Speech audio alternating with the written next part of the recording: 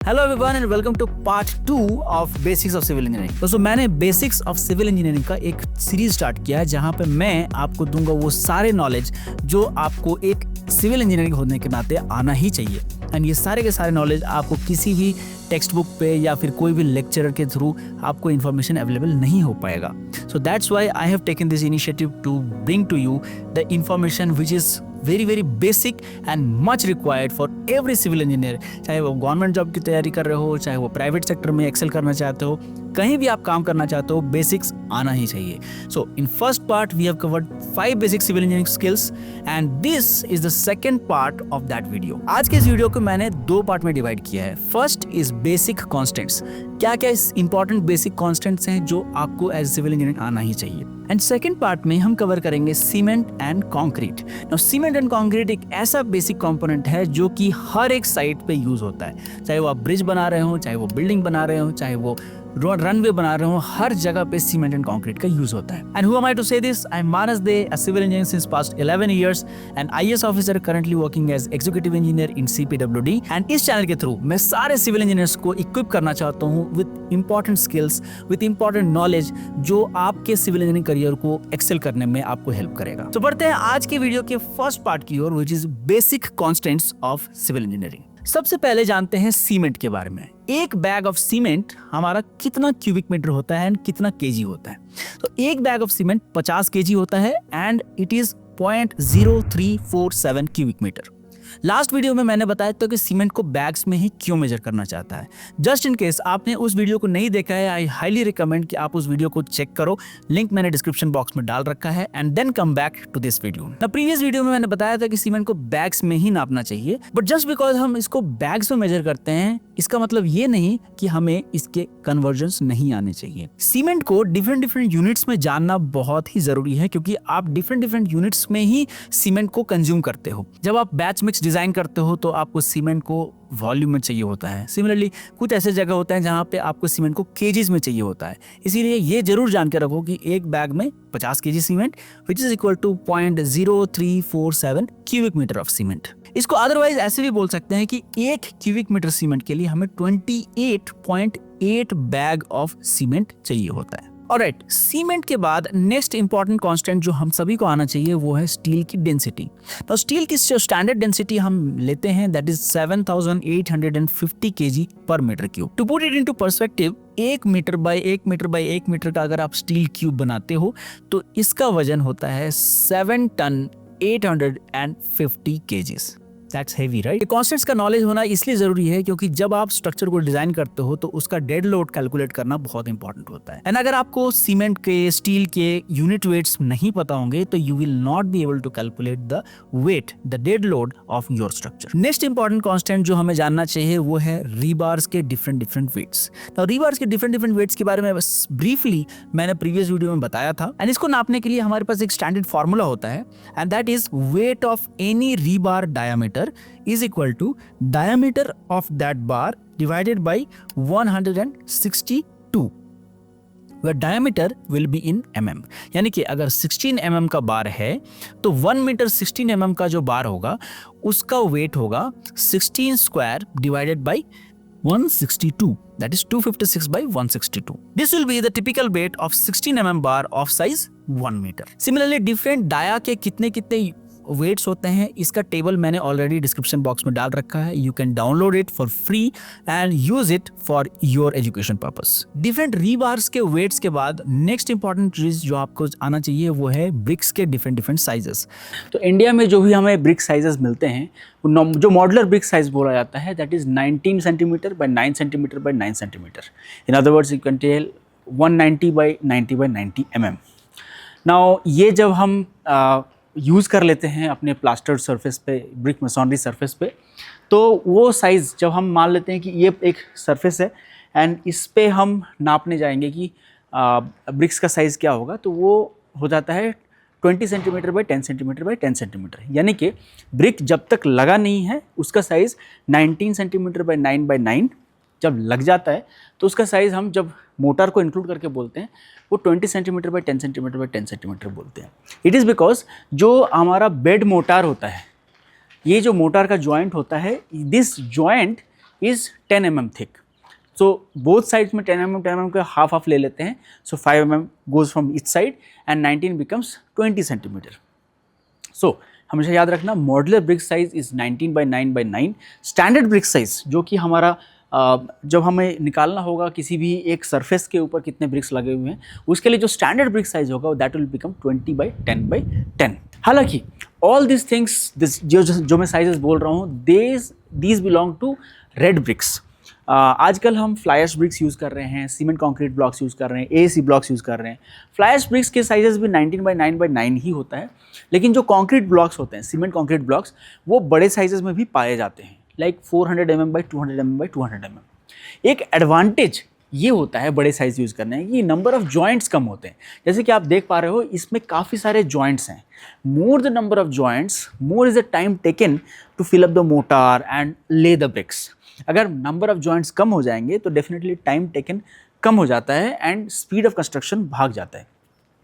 So this is an advantage over using of bigger size BRICS.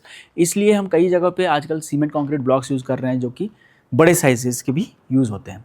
इसके अलावा AAC blocks use होते हैं. AAC blocks काफ़ी हल्के ब्रिक्स होते हैं. इसका फुल फॉर्म है एरेटेड ऑटोक्लेव ब्रिक्स एंड ये बहुत ही लाइट वेट पोरस स्ट्रक्चर के थ्रू बनाया जाता है. नाउ इसका लेइंग कैसे होता है एंड इसको हम क्या कुछ स्पेशल प्रिकॉशंस यूज़ करते हैं एंड इसको क्यों नहीं यूज़ करना चाहिए, that's a matter of separate discussion. Do let me know in the comment box if you want a separate video on laying of different types of bricks. I will try to make a separate video but this will not be part of this series. यहाँ पे हम सिर्फ basics ही cover करेंगे. चलते हैं आगे next topic की ओर, cement and concrete.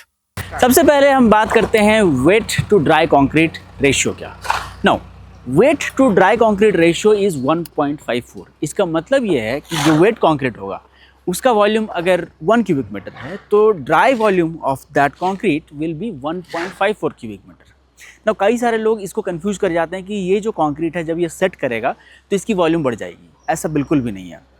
Wait concrete to dry concrete ratio का मतलब ये होता है कि जो हमारे इंग्रेडिएंट्स लगते हैं जिसके बेसिस पे कॉन्क्रीट बनता है उसका जो वॉल्यूम होगा इंडिविजुअल कॉन्स्टिट्यूएंट्स का, यानी कि ड्राई कंक्रीट में लगने वाले constituents like coarse aggregates, fine aggregates and cement and water and admixture, इन सारे के इंडिविजुअल वॉल्यूम्स जो होंगे that will be 1.54 cubic metre अगर हमें 1 क्यूबिक मीटर का कंक्रीट बनाना है. So this is the plain meaning of 1.54 factor. अब ऐसा होता क्यों है? नाउ अगर आप देखोगे तो ये जो ड्राई एग्रीगेट्स हैं, दीज ड्राई एग्रीगेट्स के जो वॉल्यूम है इसमें बहुत सारे वॉइड्स होते हैं. सिमिलरली जो फाइन एग्रीगेट्स होंगे उनमें भी वॉइड्स होंगे. Now these voids are air voids. जब हम कंक्रीट में वाटर मिलाते हैं these air voids are replaced by water. So basically water जो हम मिला रहे हैं वो एयर वॉइड्स को ले लेते हैं and this results in decrease in the volume of the concrete mix जब हम कंक्रीट को बनाते हैं. सो dry volume becomes higher. So wet volume is lower than the dry volume because air voids जो dry volume के constituents में रहेंगे वो occupy हो जाते हैं water के through. So in a nutshell, dry volume of all the constituents of concrete is equal to wet volume of concrete plus 0.54 times of that wet volume. Now let us move to dry volume of mortar. जिस तरह से मैंने explain किया कि dry volume of concrete ज़्यादा होता है as compare to wet volume, similarly voids को ध्यान में रखते हुए ड्राई वॉल्यूम ऑफ मोटार भी ज़्यादा होगा as compare to wet volume of mortar. लेकिन चूंकि मोटार बनता है हमारा only fine aggregates, cement and water के साथ, तो यहाँ पे वॉइड्स कम रहते हैं बिकॉज ड्राई एग्रीगेट्स में वॉइड ज़्यादा होंगे. तो इसीलिए यहाँ पे जो कन्वर्जन फैक्टर है that is slightly less, that is 1.33. So dry volume of mortar will be equal to 1.33 times wet volume of mortar. Again, I would like to clarify that dry volume of individual constituents of mortar, that is fine aggregate, cement, is equal to 1.33 times of the wet volume of mortar जो हम इनको mix करके बना रहे हैं. Dry to wet volume के बाद next important parameter है नॉमिनल मिक्सेस.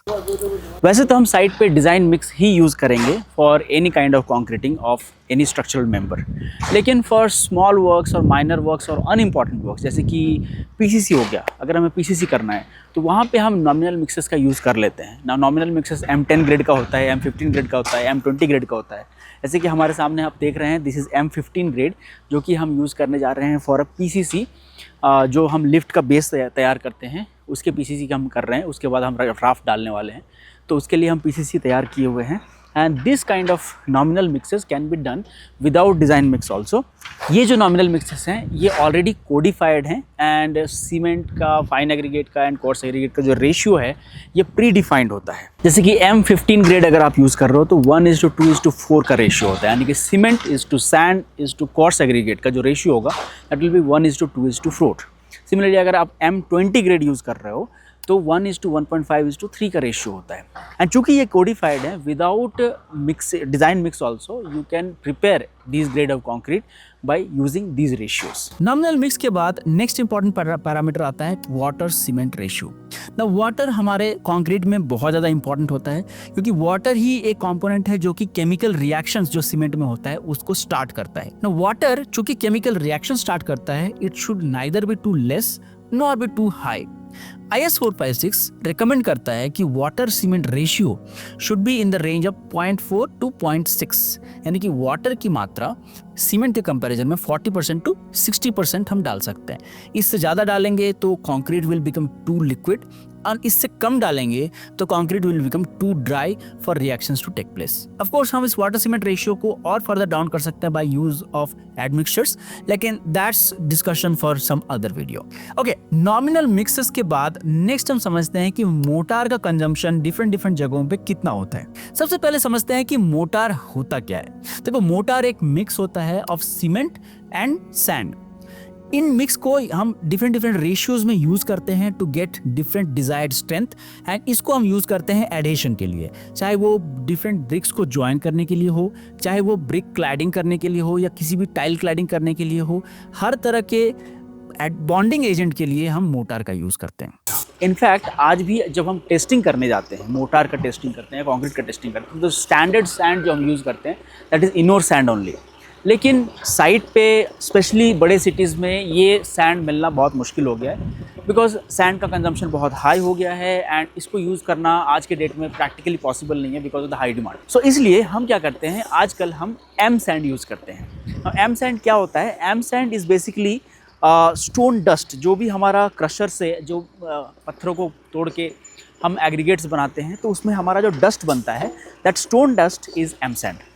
सो एम सैंड अगेन वो फाइननेस के हिसाब से हम ग्रेडिंग कर देते हैं उस डस्ट को, एंड जो कोर्सर सैंड होता है उसको हम एम सैंड बोलते हैं, एंड जो फाइनर ग्रेड ऑफ सैंड होता है उसको हम पी सैंड यूज बोलते हैं। P sand stands for plaster sand, M sand stands for manufactured sand. No, manufactured sand यानी एम सैंड को हम यूजुअली मोटार बनाने के लिए यूज़ करते हैं, जो हम बेड्स में यूज़ करेंगे, कंक्रीट के लिए यूज़ करेंगे। लेकिन पी सैंड को हम प्लास्टर के लिए यूज़ करते हैं, इंटरनल प्लास्टर हो, एक्सटर्नल प्लास्टर हो, because of its higher fineness. After understanding M sand and P sand, let us now understand कि हमारा रेशियो, मोटार का रेशियो क्या क्या यूज किया जाता है, कहाँ यूज किया जाता है। अगर हम ब्रिक मेसोनरी कर रहे हैं तो जनरली 1:4 का मोटार हम यूज करते हैं, यानी कि 1 cement is to 4 sand.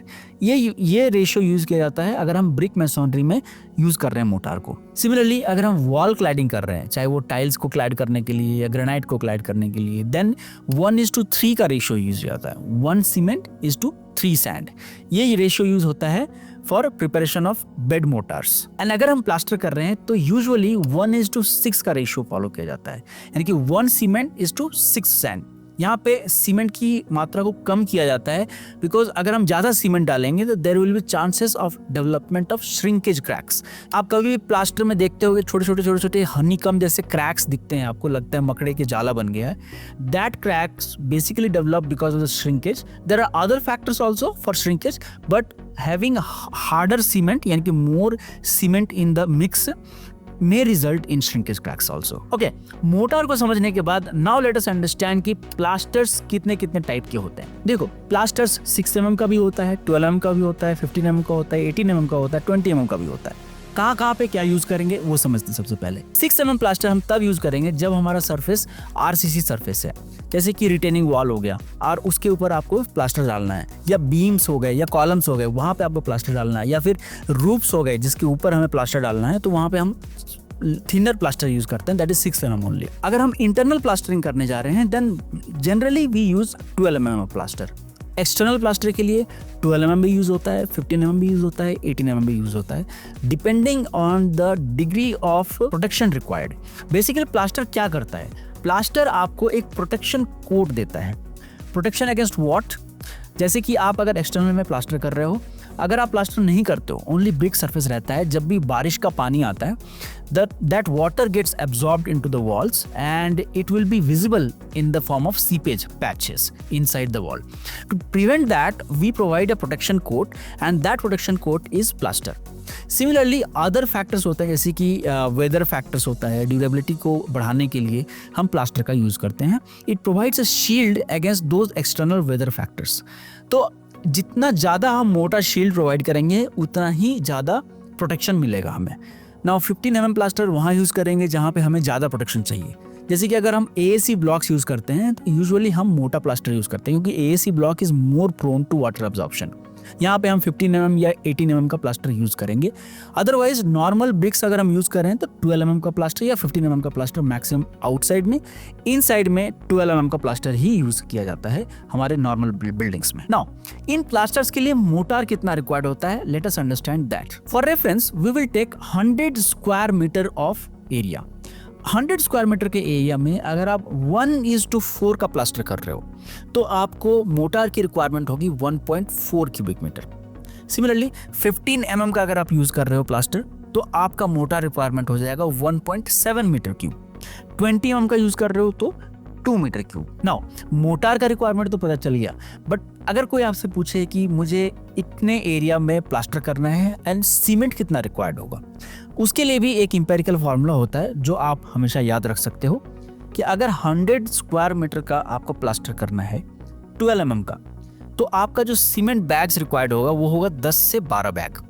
Similarly 15 mm का अगर है तो 14 to 15 बैग्स एंड 20 mm का अगर है तो 20 to 22 बैग्स आपका सीमेंट रिक्वायर्ड होगा। Now with this skills now you will be able to answer many empirical questions जो आपको कोई भी अंकल पूछते हैं कि बेटा अगर मैं इसका प्लास्टर यूज कर रहा हूँ तो इसका खर्चा कितना आ जाएगा। Since you can understand now the amount of mortar required, you can understand now the amount of cement required, sand required, आप easily calculate कर सकते हो within a matter of minutes कि उसमें टोटल खर्चा कितना आएगा। अब लेबर का खर्चा कितना आएगा उसके बारे में we will talk in a separate video. For this video I have spoken about materials and I hope आपको इन materials के बारे में अच्छी खासी जानकारी मिल गई होगी इस वीडियो के थ्रू। अगर वीडियो पसंद आया तो प्लीज़ वीडियो को शेयर करो एंड वीडियो को सेव करके जरूर रख लेना and I recommend you to watch it over and over again so that you get an idea of these basic things and आपको ये सारे की सारी चीज़ें याद होनी चाहिए as a basic civil engineer. तभी जाके आप एस्टिमेशंस कर पाओगे, तभी जाके आप एक्सपर्ट जैसा दिखोगे in front of others.